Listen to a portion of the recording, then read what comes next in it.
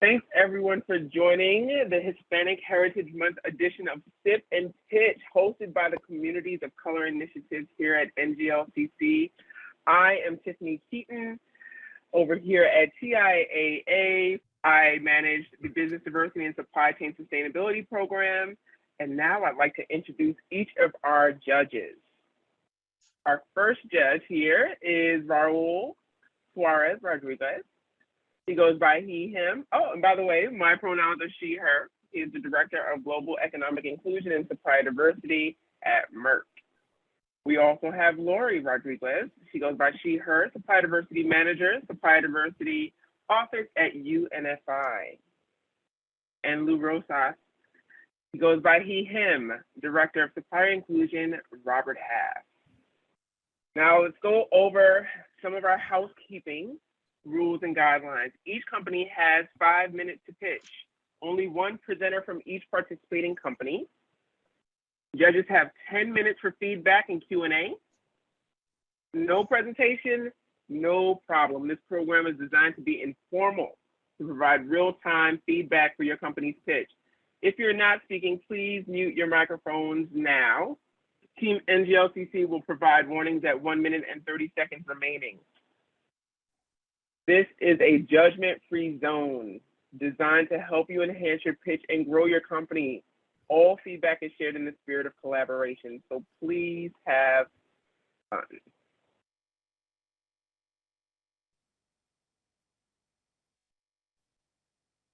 Sarah Bell is acting as our timer today.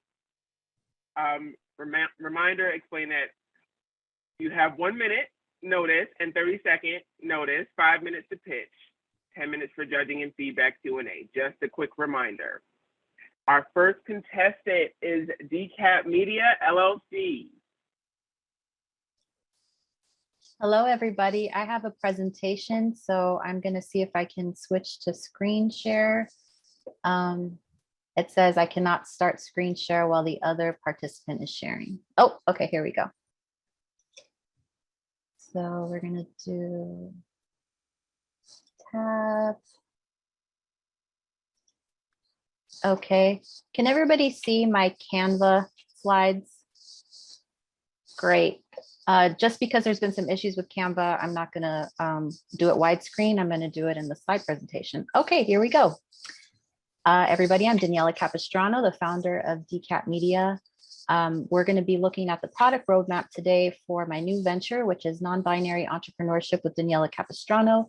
It's an intersectional podcast for intersectional entrepreneurs. So I'm not going to read through this whole presentation. Generally, what I want to say is that my background includes work both on the strategy and producing side for media companies and nonprofits since 2006.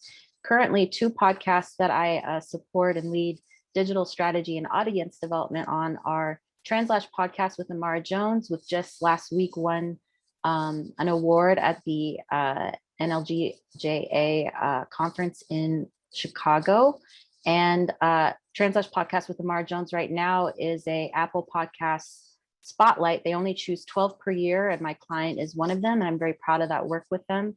So I pivoted into entrepreneurship in 2015, and since then, I have been working with LGBTQIA, BIPOC, and women entrepreneurs for some time. I am certified LGBTBE by the NLG, the National Gay and Lesbian Chamber of Commerce. So that's a little bit about my background. I've also been producing podcasts for quite a long time.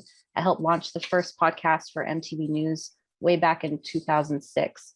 So generally, I'm assuming most of us are clear on what non-binary means in terms of gender identity, but I'm also looking at entrepreneurship through a non-binary lens. What we're going to do is explore how startup ecosystems made of transgender and cisgender folks innovate together and collaborate. So this platform that I'm creating is going to unapologetically center those voices as well as cisgender allies who frequently collaborate with TGNC people. Part of my strategy for audience development will include the podcast, of course, a weekly newsletter, weekly webisodes across all standard social media channels, including TikTok, monthly IG Lives and AMAs, quarterly live webinars, the whole gamut, as well as a directory of resources on the website nonbinaryentrepreneur.com. Essentially, I want to create what I want to see in the world as a trans non-binary Latinx entrepreneur, parent, and survivor. And so what we're talking about here is creating our own tables and paying it forward. We lead intersectional lives. And so this piece isn't going to just be about me hosting a podcast. I want to create an incubator that supports other LGBTQIA business owners in creating podcasts that help them grow their business, but also that help them achieve their activist goals. I am an activist. I'm a media literacy educator. I'm also a parent and a business owner. And all of these things happen at once, and they're all interconnected. So it's pretty established that there are many LGBTQIA focused podcasts in the world. But interestingly enough, in the United States, there currently isn't a podcast that is specifically focused in every single episode on trans non-binary entrepreneurship. There are, folks who work in this lane who are guests on many different podcasts, but there isn't one currently devoted just to that. And there certainly isn't a podcast in the Gulf South, where I'm presently located, that's focused on queer and trans Latinx entrepreneurship. And just by my, existence, that would be representative in the podcast. So here's a little about my business model. It would be a combination of advertisers, sponsors and co-branded events, grants, subscribers, and merch. I've raised some funds so far. I'm looking to lock a minimum of 50,000 by the end of this year. And I want to produce 6 seasons minimum between now and 2025. I will be, for season 1, producing most of it myself, having that background, and also hiring folks along the way, which I've already started. So future guests, they will include from my network, Amar Jones, who is a client, both for her. Okay, so we're going to jump ahead. So my go-to-market plan is outlined here. Essentially, I'm going to release the podcast this fall. I have a commitment with Translash Podcast to do a trailer drop in there this fall to widen that reach. Here's a bit about my tech stack, pretty essential tools that I'm very comfortable with using. A little bit about a market size and opportunity is that, as we know, there's over 1 million LGBTQIA owned businesses, and there are more than 2 million trans people in the United States. 30 seconds. So we have some information about my budget. I have raised so far 24,000. I'm looking to raise another 26 before the end of the year. I've also secured a fiscal sponsor, so folks can make a donation in October that is tax deductible. I'll have more information on that. Subscribe to my newsletter for more, and thank you so much for listening today. Thank you, Danny. All right, time for our judging and feedback and Q&A. Well, Danny, thank you so much for the presentation. And, one of the things that I took away from what you had to say was your point of difference, your POD. That was clear on that presentation. I appreciate you doing this to continue to bring that awareness, to the business community. So one thing around your market strategy, I know you couldn't get into details there, but can you elaborate more on how you will project to the corporate members of NGLCC as that potential market in order for you to really sell this product? Certainly. So I don't want to take up too much more time, but essentially my go-to-market plan is going to be that I'm going to lock guest bookings by the end of October, but I'm already starting to record episodes with folks. I'm doing promo swaps with a wide range of podcasts, as I mentioned, including with Translash Podcast, just to get that reach out, not only with other LGBTQI podcasts, but like ally podcasts, because, in our own personal networks, we have cis friends, we have hetero friends, business partners, collaborators. The first 5 episodes will be released across all distro channels in November. And then, as I mentioned, the trailer drop in Translash Podcast. I plan to, in Q1 of 2023, host 2 to 4 co-branded Twitter Space Q&As and IG Live events just to further develop the podcast network. I could provide you with like a one-sheet rundown of the total go-to-market strategy, but that's my initial plan for now, while keeping it cost efficient in that I'm also still running my business full time. But eventually I want about 40% of my overall revenue to be coming from this podcast platform. Thank you. And as a follow-up, how does a corporate member of NGLCC will help support this initiative that you're trying to launch?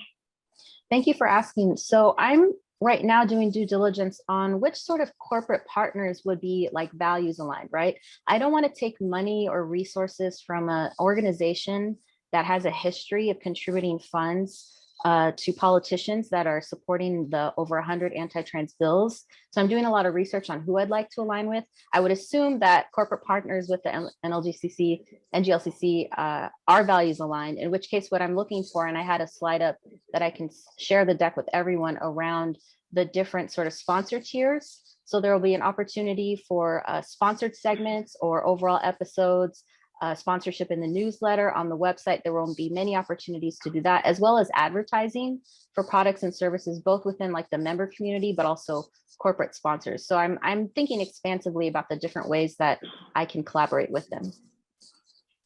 Thank you. Keep us posted. Yeah, send those along. Thank you very much. Thank you, Raul.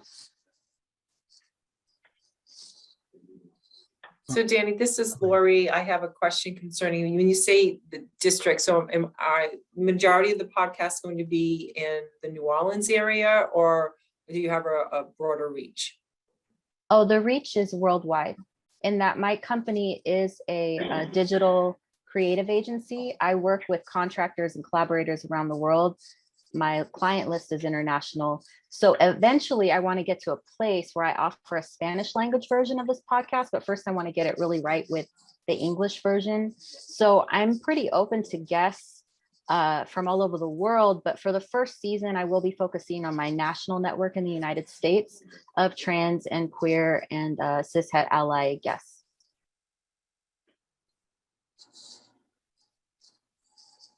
Hey, Danny, this is Lou Thank Rose. you. Nice Thank to you, meet Lori. you. Hi, Lou. Hi. I was trying to capture your presentation. I know you only had 5 minutes, so I'm glad we had a chance to talk a little bit more. Kind of about the benefits of the podcast that you see, both for your corporate sponsorships you're trying to get, but also to who's going to be listening to the podcast. What are the major benefits of the podcast going to be? So the major benefits, I think, for anyone listening to the podcast is for them to be able to have a safe space to take a step back and stop thinking in such binary terms around commerce and its place in capitalism and the problematic nature of capitalism. But also this podcasting platform from jump is going to function as a bridge, as a community space that connects these disparate communities that are often working towards the same goals, but not in alignment. While I am a queer, trans, non-binary Latinx person, I work with a wide range of people. And those folks at their companies, they have different employees from a range of backgrounds. And I think that if we start to look at the way that social enterprises, mission-driven impact businesses are helping to further and advance our rights as LGBTQIA people, I think it's really important that we look at entrepreneurship through an intersectional lens. And while there are many podcasts that currently do this, there are none in the United States that function in this way, that put at the forefront trans and queer folks in community. And so I think that one of the main benefits will be initially to educate and help both emerging but also established businesses kind of look back and see where in their communities that they can make that impact, as well as helping corporate sponsors and other supporters, ally supporters, identify the initiatives that my guests are doing. So really just functioning as a third space. I don't know if you're familiar with third space theory, but that's really what I hope that my podcast becomes, this other space to think expansively around intersectional entrepreneurship. Super. Then my second question was just to ask you expand more on your funding strategy and how you see this going forward in 1, 3, 5 years. Certainly. So I've been thinking a lot about this because this podcast is actually something I've been wanting to do for the last 5 years, but I figured it's a marathon, not a race, to get it to a place of sustainability.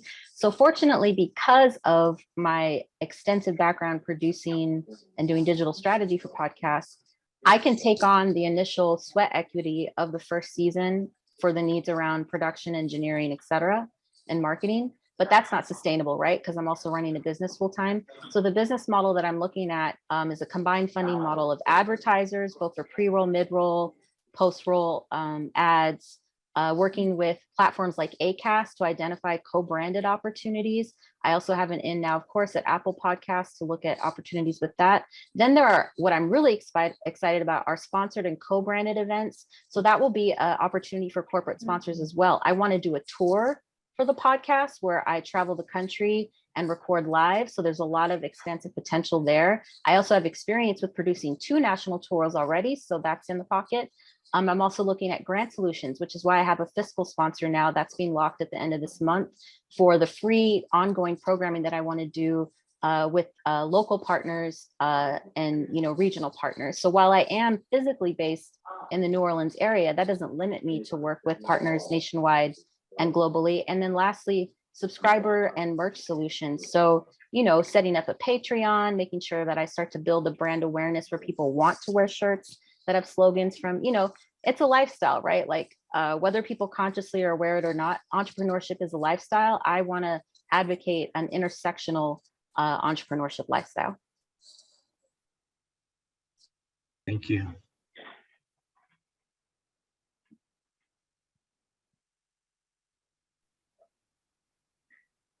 So on the 23 seconds left, you just spark a thought on my mind about, what you are going to be portrayed to business owners. Think about how you could portray that to employees of the corporate members of NGLCC.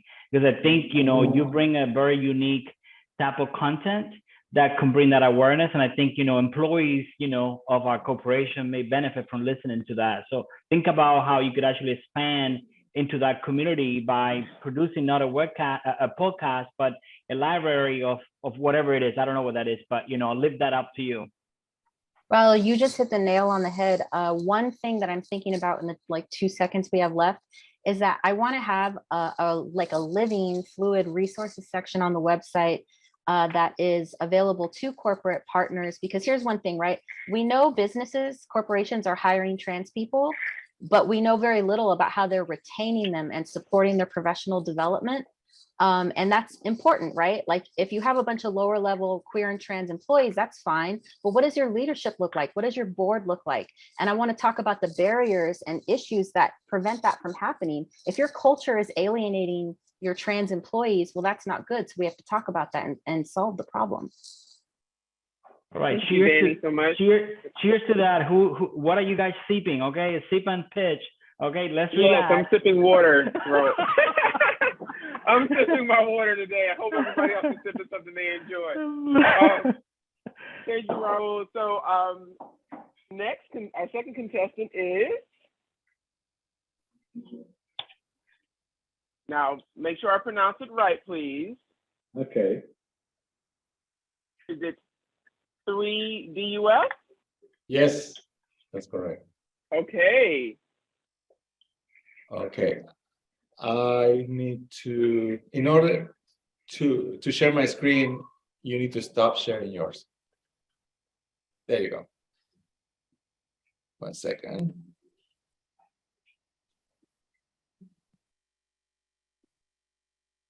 Can you see my screen now? Yeah, okay. Good afternoon. My name is Juan Luque. My pronouns are he, his, and him. I am the founder and creative director of 3D US. We proudly are a national certified LGBT enterprise business. We love to be involved with everything that the NGLCC does. So thank you so much for this opportunity. I am hearing myself, so I want to try to check my audio for a second. Okay, can you hear me now? Yes, okay. 3D US is an award-winning design and visualization studio.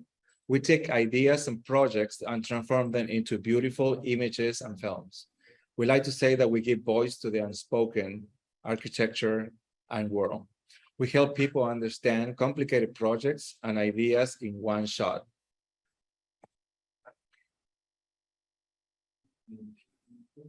Okay. Our team is a diverse group of architects, designers, and marketing specialists that truly love what they do. We collaborate and contribute to a common goal to become the best visualization studio in US. Well, I am an immigrant from Argentina. I moved into this country in 1999 with $500 in my pocket and 2 suitcases and a dog. And so the idea of this company started one morning when I was on my way to work. I had this 9-to-5 job as an architect. And I realized that I needed to do something to give me a higher sense of purpose. Having a safe job in a large corporation was not good enough. This was not the American dream that I imagined. So I thought that there should be something else. And then I created what is called 3D US, which is a studio that will be digital, paperless, and to fully operate in the internet. My idea was to be able to work from a yacht somewhere in the Caribbean if I wanted it. I'm still working on the yacht part. But 3D US today is a paperless, sustainable, and digital studio working around the world, where the main purpose, our main purpose is not to make money, but to truly do what we love most, to tell a story through images. We work with a select group of clients that use our services to elevate the marketing and communication efforts. We are specialists in luxury hospitality. And this happened because a few years ago, we received a phone call from the director of marketing and sales from the Ritz-Carlton in the Cayman Island. She needed to create a film for this new multi-million-dollar project that was very complicated. It was the largest hotel suite in the Caribbean, and they were starting to build it, and she needed a film to sell the project, and she didn't know how to approach this. So we took charge, we take care of it, and we have a very honest conversation. And then a few weeks later, when we delivered the project, the client called me, and she was actually crying. She was very emotional, and she mentioned that she never expected something so beautiful for this project. And it was an amazing experience. And this was like a pivotal moment for our company, because we understood that we were really good at working with this type of projects and this industry. And this is how we started to focus more in luxury hospitality, and how we were able to find clients, such prestigious brand. So in that moment, we understood the importance of human emotion, and we were able to apply it to our architectural visualization work. Today, we are looking for new partners to elevate luxury hospitality to new heights. We are introducing HVE, which means Hospitality Virtual Experience. This is a new application in 3D to join the fascinating metaverse. If you believe in your dreams and love what would you do the way that we do it, you must join us. Thank you so much. Thank you so much. All right, now for our judges. You made it, and you left us a few seconds left there. So thank you so much. And Juan is joining us from Argentina. So thank you for being here this afternoon. So a question for you. So is just hospitality your unique industry, or can you target your services to other industries? Oh no, we work with several industries. Hospitality is the one that we are focusing more right now, because we have many clients that are doing that kind of project, but we also are doing luxury residential. We are doing manufacturing. We are working with furniture designers, interior designers, architects. So we touch several different industries. Let me see if I can stop hearing myself. Hello, can you hear me now? Yeah. Let me see, because You're I still can hear coming in. myself. You're still coming in doubled. And hear my own voice. All right. I don't know if I can hear you now. There's an echo, We can but hear you. we can hear you fine. Is anyone talking? Is anyone talking? Okay. I had to go back. I'm so sorry about that. No, you're fine.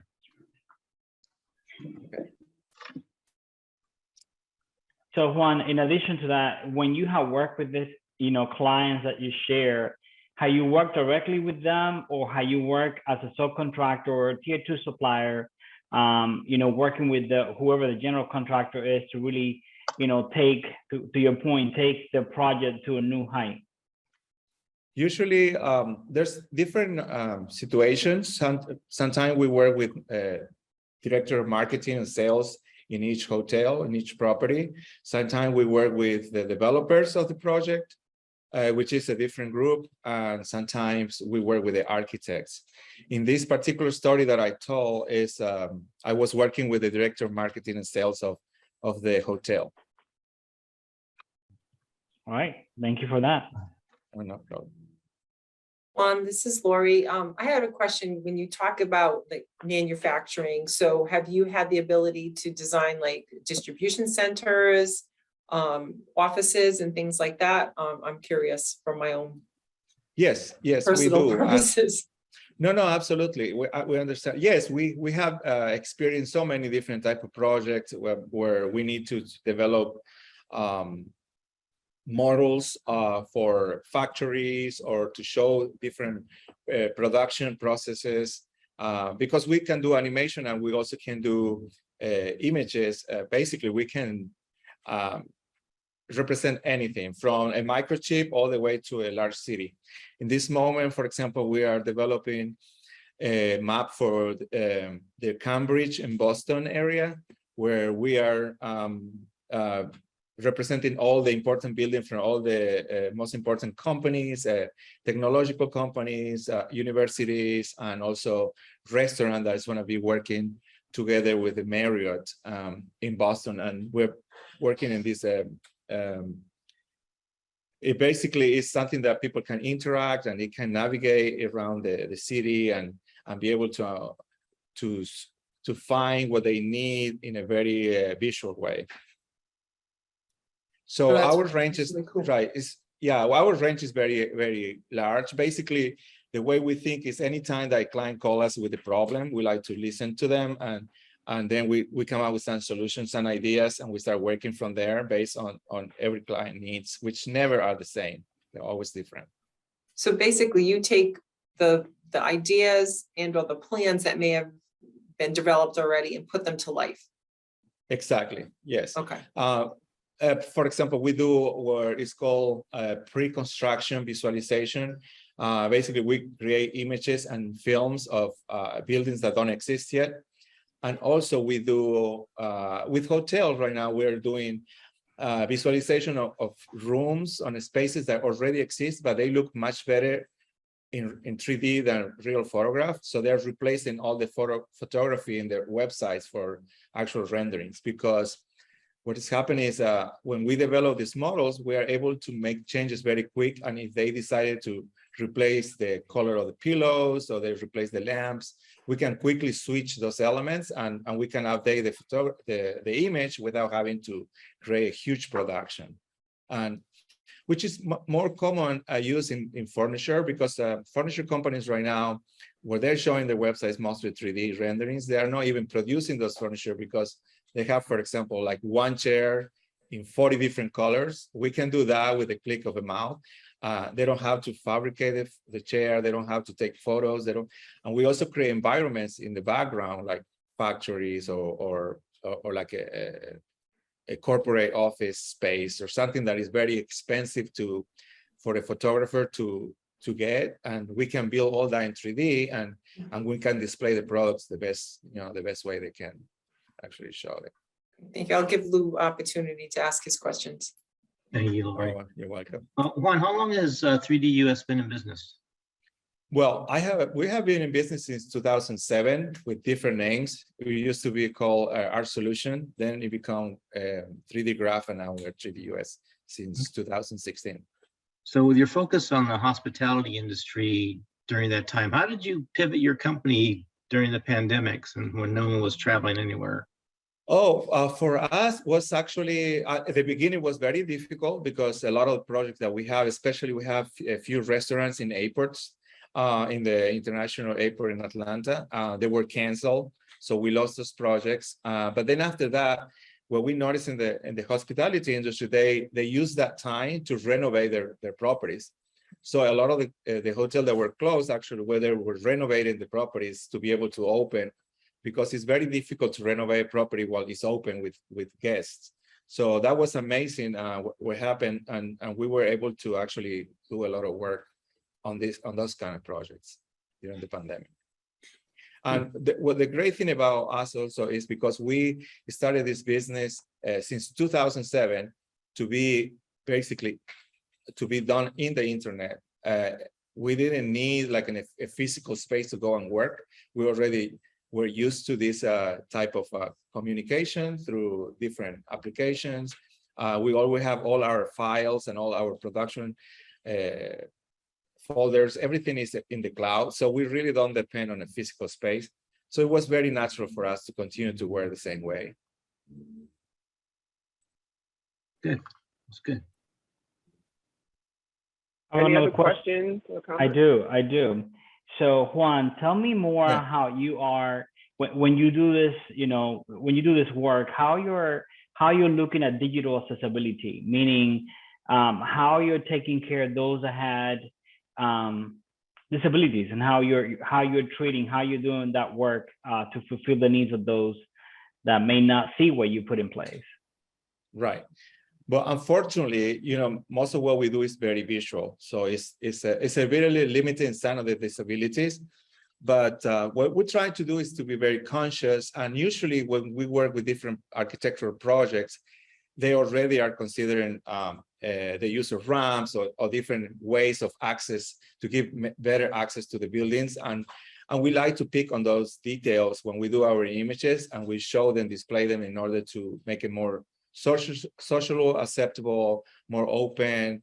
Even also what we try to do before, when we create a scene, like street scene, where we have like a large building with a lot of people walking by on the street, we start introducing character that normally in the past was only, like the beautiful white heterosexual couple walking with a little dog. Now we're trying to include other type of group of people, like gay couples or like older people or people of color. We're trying to keep that in. Even if it's not required for us to do that, we like to do it because we feel like it's a responsibility. Since we are going to produce these images, they are going to be published in magazines and websites. So we are very conscious about that. Thank you. I just want to call your attention to the chat, Juan, because I know you have been presenting, but one of the beautiful things that's happening here is there's potential collaboration and partnerships. So follow up the chat, connect with Danny, because there's potential opportunities here. So I love it. Oh, wonderful. I haven't seen that yet. Yeah, so that's why I want to call your attention to the chat so you don't miss that opportunity. Thank you so much. Appreciate it. Thank you, Juan. Thank you, judges. Thank you. Right. Thank you, everyone. Next up is our third contestant, Go Digital Hero. All right, so Go Digital Hero. Go Digital Hero is a US-based operated service-disabled veteran and Latinx minority-owned certified LGBT business enterprise, digital assistant company with a collective experience of over 18 years, spanning from military, government, nonprofit, and private sectors.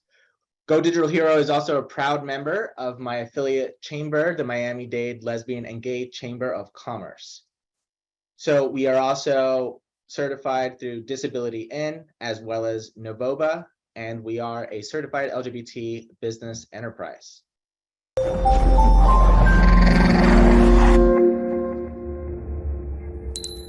That was my short commercial break. So Go Digital Hero, a little bit about me. My name is Jason Nunez. I'm the founder and CEO.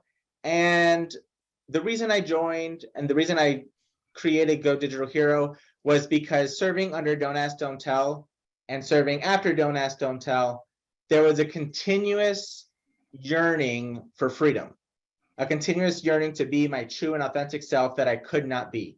So in turn, I founded Go Digital Hero to journey with busy professionals to find their freedom, whatever that freedom is, whatever that yearning experience is for them in achieving its heroic milestone in their life. I ask clients to often trust me and allow me to be their hero so that they can be a hero to others. Of course, the huge selling point of the business is that I have 2 chief marketing officers. So let's be real, they're the ones that sell the business, not me. According to Owl Labs in 2021, small companies are shifting to a work from home policy, saving them money, allowing additional funds to be reallocated to other operations. And that's where Go Digital Hero comes in.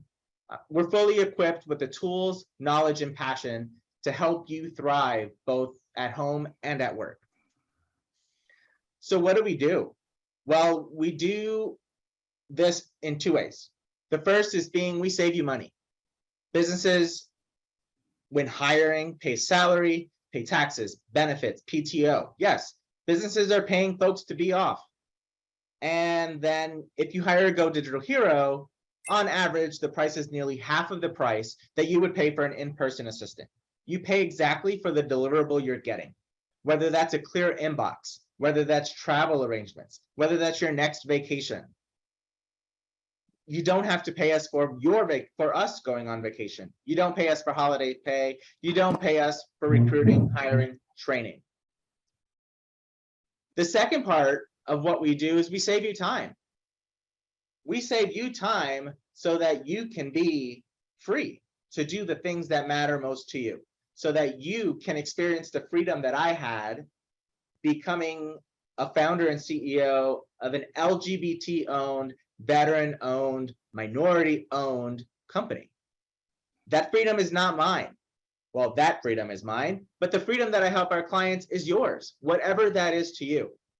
My 2 examples on the screen. I have a client who is a psychologist, and just by processing her invoices monthly and filing insurance claims and following up often with both, I freed her up for 4 hours a month with a return on investment for her of $1,000 because she was able to add in 3 additional clients per month. 3 additional clients a month.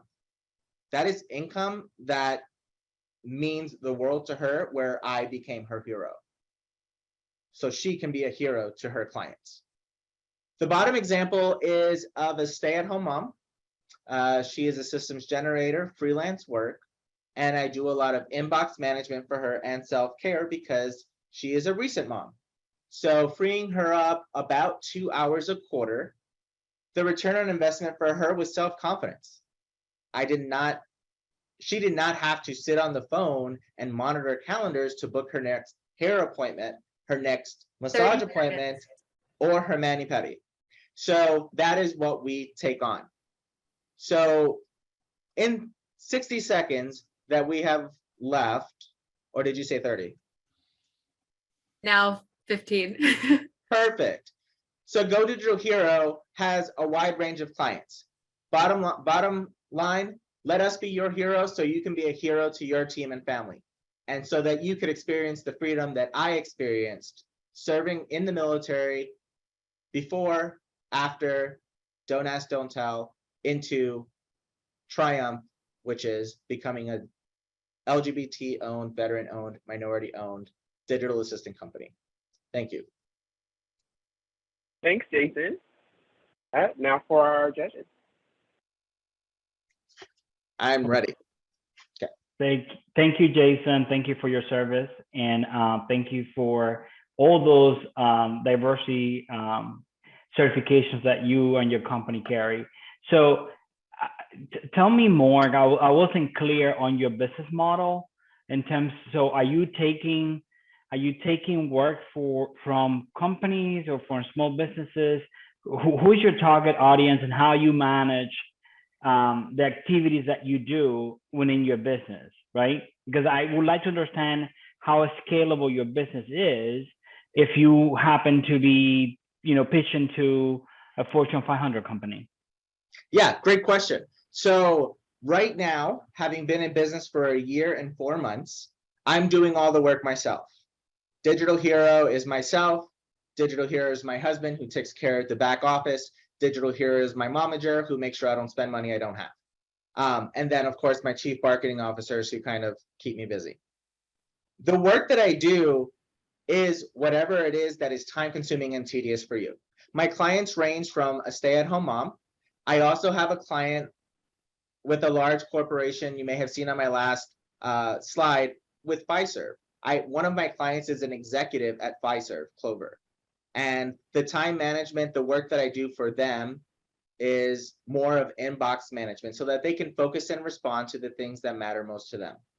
I also have a Broadway actor and a coaching client who their ultimate goal is to train actors and creatives to multiply. So right now, to answer your question, the bandwidth is me, what I can do to exercise my own work-life balance. The scalable part is being able to hire folks from underrepresented communities, folks who are veterans, minority veterans, folks who are in the minority LGBT community, folks who are in the Hispanic community that want an entrepreneurship opportunity. And mainly my hiring strategy is that if you have a pulse and a passion, I can train you to do the rest. Because what Go Digital Hero does, we're not launching nukes. We are not performing brain surgery. We're literally clearing inboxes. We are doing what you do on a day-to-day basis.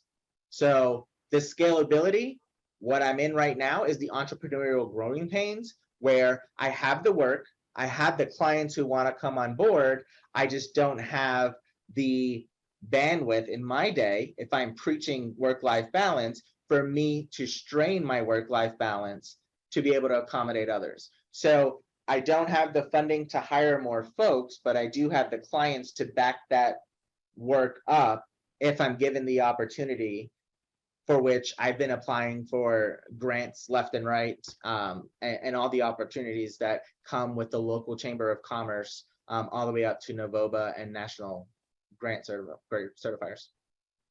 No, I think it's a unique concept of what you're doing. I think my watch out for you is, when you start expanding, I think, you need to really focus on what that, future looks like for what you do. Cause I think, from what you articulated, you're doing one-off today and, those people know you and that's your network. But then when you start looking to expand and do what you are doing today for a large organization where cyber, is an issue, or you have to be better from an IT standpoint, nobody's going to give you access to an inbox just to monitor that inbox. If you don't have the right, systems in place to really do that, right? So I think that's what I'm getting at. Like, I think you need to be, it's okay to start now. And I think it's unique because what you're doing is you're taking excess inventory and making that your revenue enabler for you and your business. But how you expand that, I think is my point. And, when pitching to Fortune 500, like my company, you need to keep that in mind. What is the IT infrastructure that you have in place in order to secure us? Because it's great. It's okay to give you a business, but you need to make sure that you are securing what we're giving you. Absolutely, Marwan. That's a great question. And just to quickly respond to that. So one of the things that separates me from the Fiserv and the Upwork or Fiverr and an Upwork and those is that I'm solely US based. For some of my larger clients, I do leverage my top secret security clearance that I have from the military. But also in terms of a cybersecurity and infrastructure, as a result of attending this year's NGLCC conference, I have built a partnership with Dell Financial and Dell Services to help me build that infrastructure with servers, computers, and the security requirements to be able to expand. Because given the opportunity with funding, that is where I'm at right now. Awesome. Thank you. So Jason, to piggyback a little bit on Raul, so you're getting some additional funding. So what will your business model be like? And how could you pitch to corporations like Raul's, myself, and Lewis's? So the pitching would be similar in terms of what that looks like on the administrative side. For those Fortune 500 and larger companies, it would really be what your return on investment is and sell you value, not necessarily the task delivered, not necessarily the cost, but the return on investment. What does that do for you and other executives who may be leveraging the Go Digital Hero services? Do you need us for a specific conference to work all the logistics behind the scene for, say, an NGLCC conference? Or maybe UNFI is pitching, a new product and wants us to really tap into a target market and do research in that specific area so that your other executives and your other, specialized staff could focus on that items, and we can kind of do that behind the scene research. What the business model would be is it would be an intake, but it would be that you would be getting your own hero. So we would talk about how many heroes do you need? Do you need one? Do you need two? It's not a staffing agency. It's not going to be like, here's a hero, I'm done with you. It will all be Go Digital Hero. And what we will do is we work on a collaborative consumption model. So while we have one hero assigned to you, for example, Lori, maybe Jacob's assigned to you. However, if Jacob is out because he wants to exercise work-life balance, go on vacation, whatever that might be, you'll still have an army of digital heroes behind you that will be able to fill in for that gap. One of the things that we truly do, which I even do now, is that for Go Digital Hero, any of my clients, there's no branded email where I go into their business with Jason at. There's none. It's either hero, assistant, or admin. Why do I do that? Collaborative consumption model. You just need to worry about one email and one person that you have a hero. You don't need to worry about, did I send that to Jacob or did I send it to Jason over at Go Digital Hero? Did I send it to Atlas or Aspen? It doesn't matter. You sent it to your digital hero, you sent it to admin. So in terms of scaling, the scaling pitch for larger companies would be getting your hero, getting someone assigned, but whatever that task is, that where it's much cheaper to pay for a Go Digital Hero rather than to pay somebody that could delay and prolong that out and have to choose which task is a priority over the other. Thank you. Hey, Jason, thank you for your service. I appreciate that and everything you went through. Raul asked my biggest question about scalability because I was trying to also figure out kind of how it fit. And then basically we would contact you. We have this thing coming up. We want to provide some relief to either one of our executives or one of our own admin assistants who is doing 1,000 things as well. So based on that, I would start the discussion. You would be able to talk about your skill sets and whatever proprietary systems or procedures you have, and then that kind of how you figure out, your pricing for the different type of activities you would provide. Is that kind of the model that I'm looking at? Similar, yes, that's pretty much the model that you're looking at. And in terms of scalability, and to that point, if several of my digital heroes are from Robert Half. So there's that partnership that I did have with Robert Half when I first started because I could not do it all. And the rate of incoming clients versus what I was able to provide personally was just too much. So I reached out to Robert Half, and when I worked with my person down here in Florida, I specifically asked, are there minorities in the community, someone who could work hybrid? And that's a skill set that Robert Half has on the bench. So in a pinch, I could always go to Robert Half and hire some more folks. In terms of pitching and pricing, it really just depends on what it is that I'm taking on. Most of my clients are NGLCC members because they are from the community. I have several clients who I'm looking on in the chat right now, or former clients who are on the chat as well, that know the work. And the biggest way to refer and build that credibility is word of mouth. So I've gotten to where I'm at now on word of mouth, zero advertising, and based off of the business model of Go Digital Hero.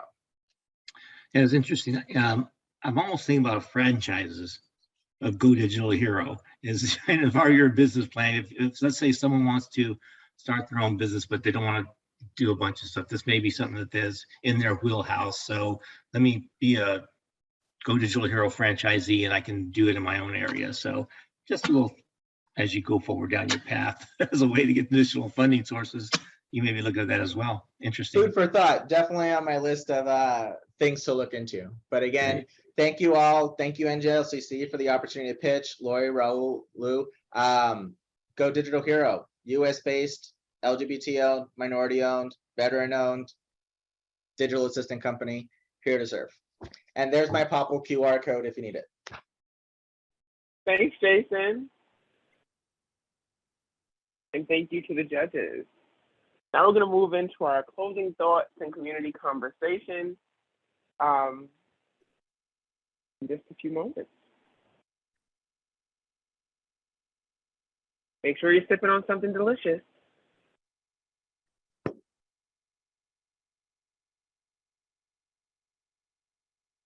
Don't I wish, but in the office drinking water. Sparkling okay water too. here. Sparkling water here, yeah. Happy Hispanic Heritage Month, everybody. There are some Yes. advantages to being an entrepreneur. Yes, Lori. there are. Lori, to the point of UNFI, one of my clients, Peanut Butter and Company. Yes, I And, saw that. Yeah. Yes. So I am constantly looking at UNFI and running reports for them and giving them suggestions. So I'm very well acquainted with UNFI. Well, I'm glad. Most people really don't understand who we are, so that's awesome. Yes.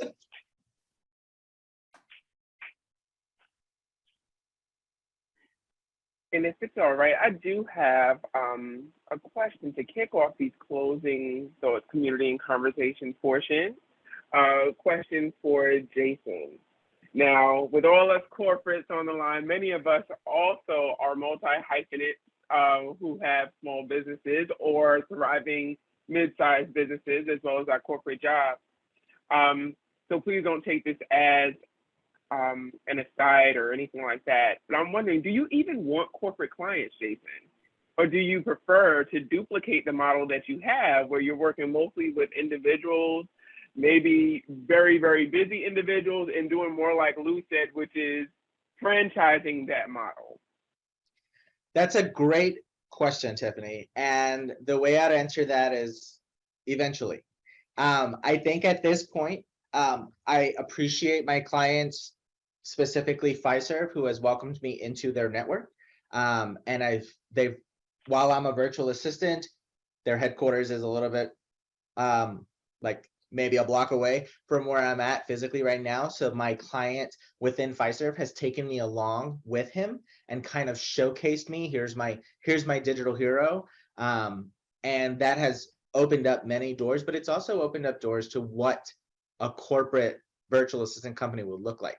I think what also has helped me is my years of contracting at the State Department when I was working in DC, where that was my job, to seek the admin contracts for the entire State Department. And that was, when I look at what that looks like in terms of solicitation and accountability and reporting, I would love to do that. But right now I'm really looking at that single executive within the building to get me into the doors, organize, train, help, mentor, equip me so that I can do it well, not just do it. And of course, being a solopreneur right now, I'm sticking with the onesie twosies until we're able to get to that opportunity. That's fair. I appreciate that, Jason. Anybody else have a question for any of our contestants tonight? No, and another food for thought for Jason, though. Think about AI and the work that the digital hero does, and maybe you could transform your business model into something that, it does that, right? That machine learning, that AI, then it can turn into a technology solution for those that have all the type of things that you're helping them now, right? As you started to think of evolving your business. So that's food for thought. Yeah, absolutely. And to that, sorry, No, to Raul's point, I think about all of us some of us are on, who are corps, who are like one team, one person shops. Our supply diversity email box alone and dissecting that for us would be amazing. Yeah, so to both points, in terms of, so Go Digital Hero started out as me, like I was the brand, like I'm selling my story to build that trust, knock down the walls of what, half of the battle is finding out how to work with the veteran. The other half of the battle is trying to figure out how to work with an LGBT person. So being all in one, I am pushing that and telling my story. What I'm also doing as I'm going along is creating courses on how I do things to be able to teach and replicate, to be able to coach other folks who want to be virtual assistants, who are in our minority community, who want to be able to excel in that area where it's really hard to get into because of just the nature of the culture and that battle of being in the underrepresented community where they want their typical, I need all this education so you can be an admin and pay you less than what you got your degree for. So just that's one of the things that I'm also building. I'm building a coaching course to be able to bring those along to the point of I get the coaching course, I get the franchise, I start moving that along, move into corporate America. Maybe I go into corporate America and you don't need to hire a digital hero. You just need to train me to train your admins in a way that is in specialized niches and organization. And there's hope for Go Digital Hero.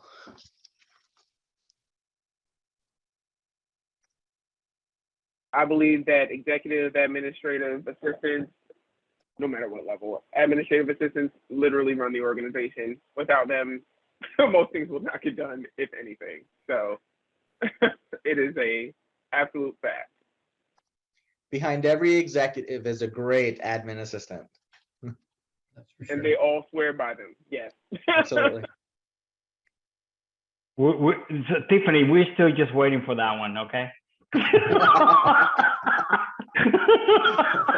Yeah. It's in our wish list, okay? Yes. It's still on the Santa's list. Hey, Jason, I'll go with admin. Can I have a person just help me? Period. That's what I would take. Jason, how about the entertainment industry? I mean, certainly you talk about or corporations that support the entertainment industry, MGM, so on and so forth. They bring in talent all the time, and there may be a natural area for you to research in that as well, because it may be a short term because they're bringing in for a 4-month stay or a 4-month, what do they call them in Vegas? A 4-month engagement. They may want to bring on a virtual assistant to take away some of their pain in dealing with Their residences. There you go. Have you looked at that industry at all? So yes, I have 2 clients, one who was on Broadway and one who is actually pitching to become a Disney celebrity, Disney cast member, and do all of their marketing and custom design, which they both want to definitely take on the digital hero with them. The industry in New York and Broadway is quite interesting. So what have I found that I'm doing for this one client is I'm literally taking his self-tapes and sending them to all of these places to get them gigs left and right, as well as podcast. I've pitched to Warner Brothers, I've pitched to Universal, and I become one with kind of my client, actors, and to be able to pitch them and getting into that field is so interesting because that celebrity field, that market is so tight knit where if you meet a few folks, you can, pitch to a lot of people at once. So that is something that I'm leveraging and getting coached on through my one client who's on Broadway. And he's opened up a few doors to other celebrities that Go Digital Hero could definitely support and service.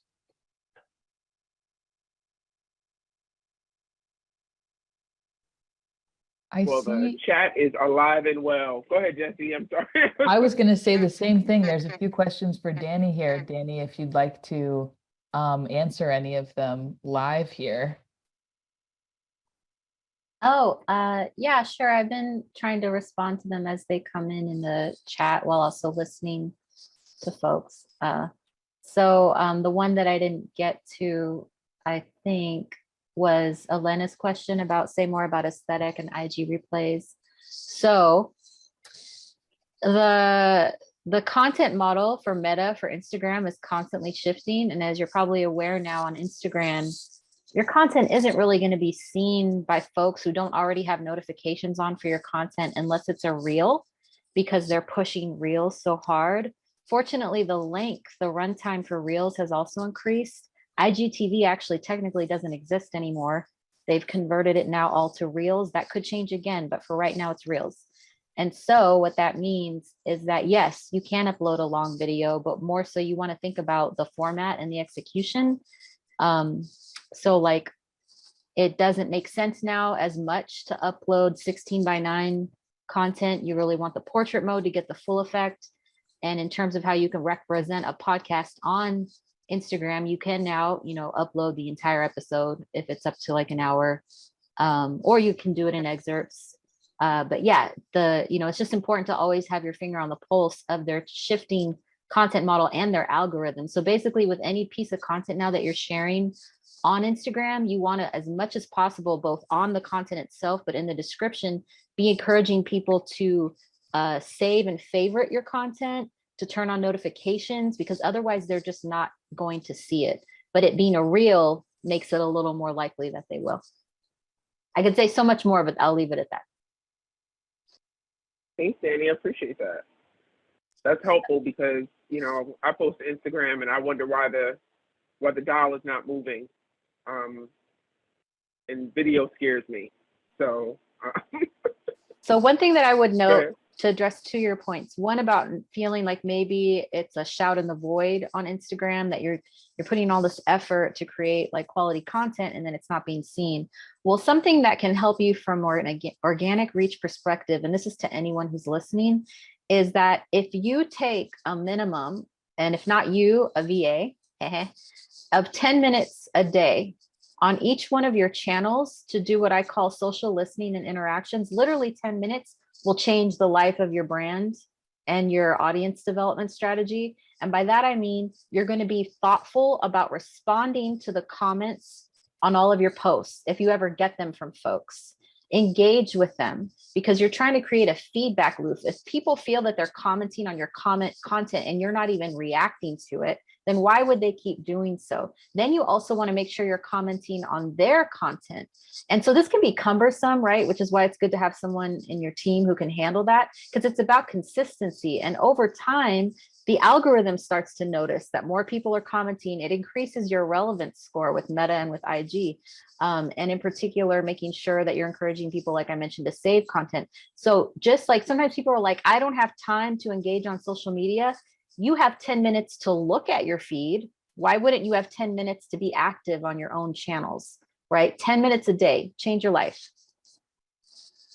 Danny, listen, okay. I hear you. On the 10 minutes to actually post, be active versus just consuming someone else's content. Get that. However, seems to be a whole lot of activity around get off social media and do something else with your life, right? Like stop spending so much time scrolling. And it's like it sucks you in, Danny. Like how do you limit it to the 10 minutes to just posting and not get sucked into the actual feedback loop that you start participating in? 10 minutes becomes 20. Now you need Go Digital Hero because your self-care is out of whack. Like there has to be a balancing act, and I don't think that we've found it naturally, at least not in my generation. I'm 43. It's kind of like it's rocket science, and I'm really good on social, but I know that it creates a life imbalance when I get too deep in, even for business. What are your thoughts there?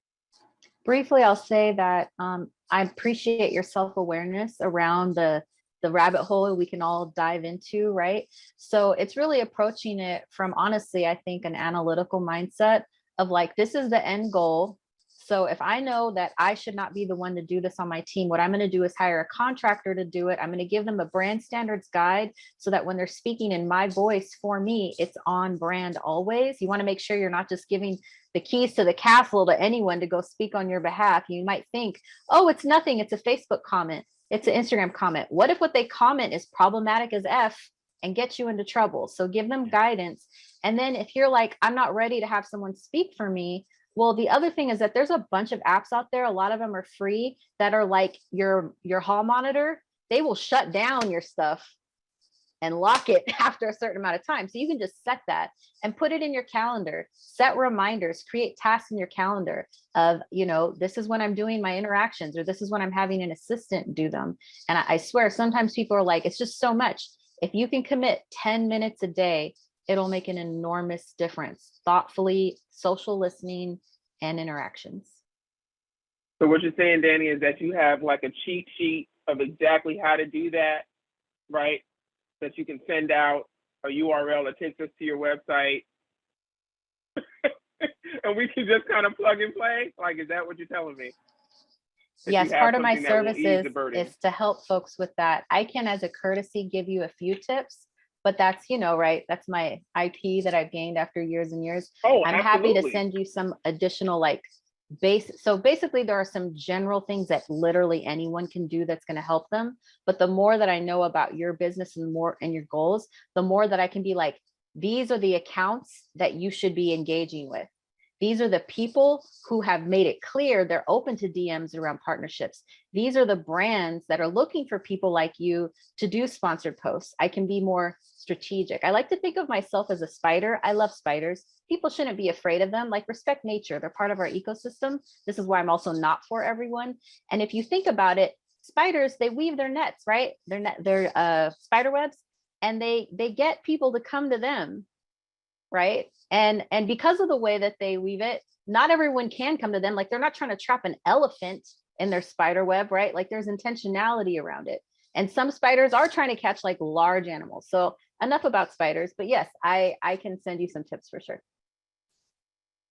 Oh, and I actually didn't want anything for free. I just wanted to make sure that I was connecting the dots to make sure that, but I appreciate it.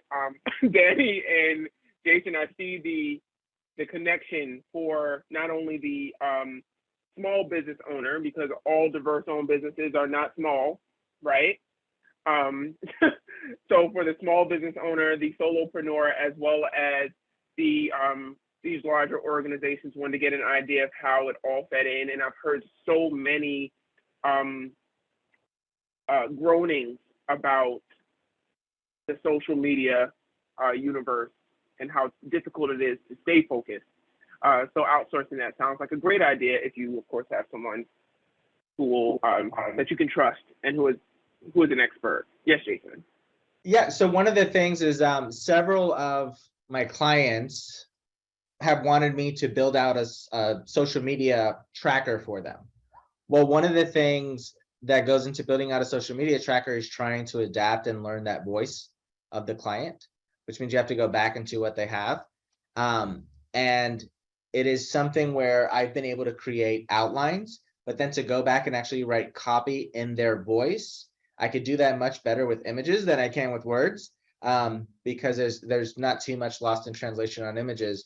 But to the point of intentionality, you have to be extremely intentional when you're trying to build your base, or when you're trying to respond to folks, because they came to you as a connection. They didn't come to you just because you're another podcast, because trust, they have millions other options.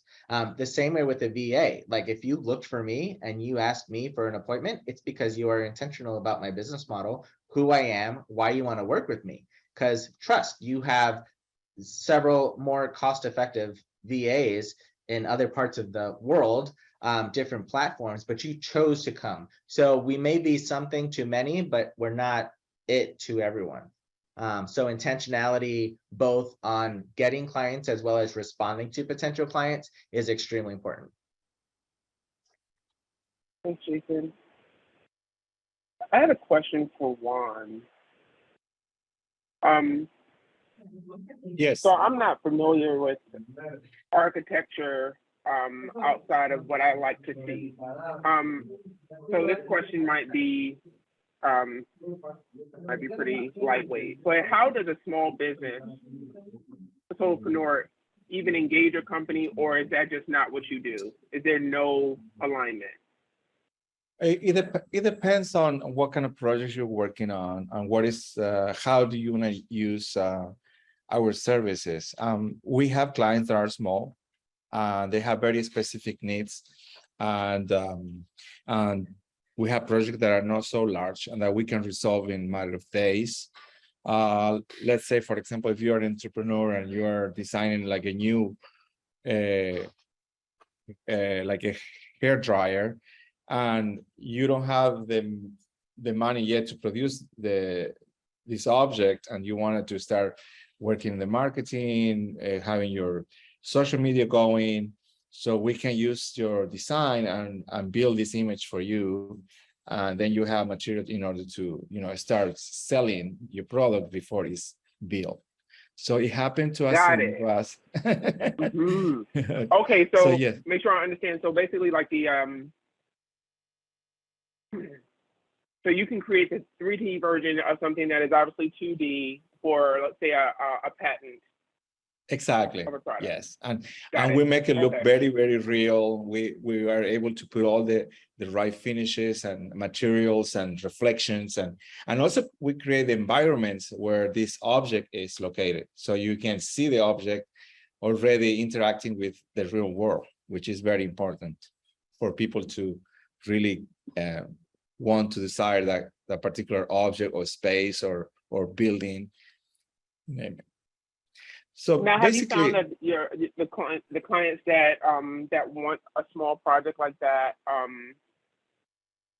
have been in business for a certain amount of time or have a certain amount of revenue that can afford to invest in something like that, so that folks kind of know whether they are ready to engage 3D US?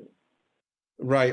I think we have different type, like we have clients now that they started with very small projects and they expanded their businesses, and we're still working for them, and in larger projects. Like right now we're working with ODL, which is they fabricate glasses for windows and doors, and they're like decorative glasses that they apply into doors. So right now they has grown so much, and they're producing their products nationwide and in every single Home Depot and places like that. And we are working on a large scale right now, but we started by doing only one house that has their products on it, and they use it in the website and they use it in the trade show.